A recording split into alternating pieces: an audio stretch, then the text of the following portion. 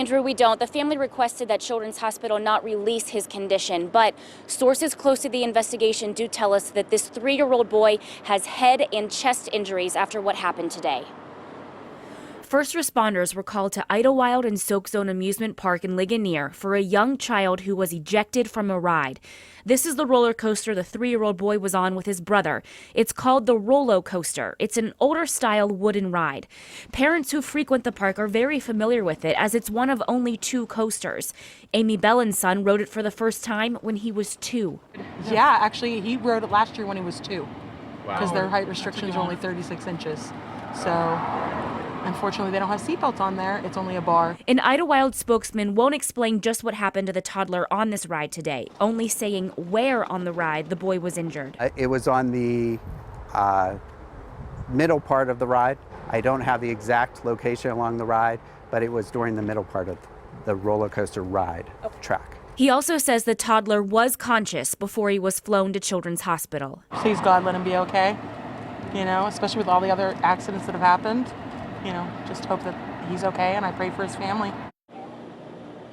Now, the park is operating under normal hours, but that specific ride remains closed while police from Ligonier Township and also county detectives investigate. Our team coverage continues right now with Bo Berman, who has been looking into the history of this ride all day, and specifically some questions into how the staff operates this ride. Bo? Yeah, Kelly, that's correct. We got our hands on the latest inspection report for the ride that was performed just last week. Now, it was done by a private inspector who passed the ride on August 6th, as you see here on the inspection report. But we talked to a parent tonight who says the issue might not be the ride, but rather the people who are running it.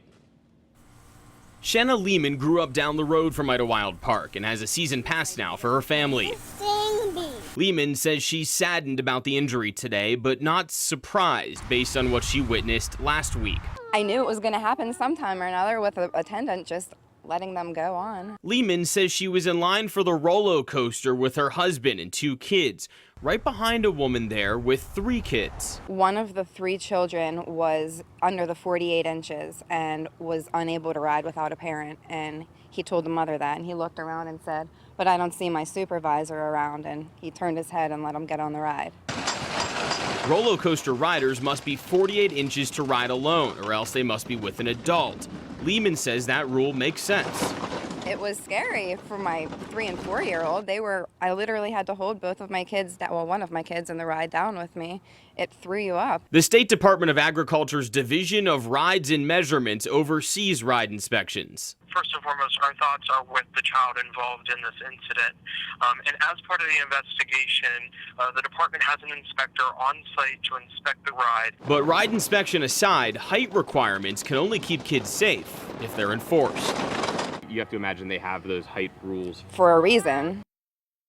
For a good reason. Now, we don't know the height of the boy who was injured in today's incident, but Lehman said she felt the need to come forward about this either way. We did just get this statement from Idlewild in regard to her claim saying, quote, "Ride operators are trained to strictly adhere to all height requirements for all rides and attractions. We were not made aware of this guest's claim prior to this point. However, all guest concerns are taken seriously." Now, meanwhile, the state says they are reviewing the ride's inspection history, looking into this specific ride. Live in the studio, Bo Berman, Pittsburgh's Action News 4.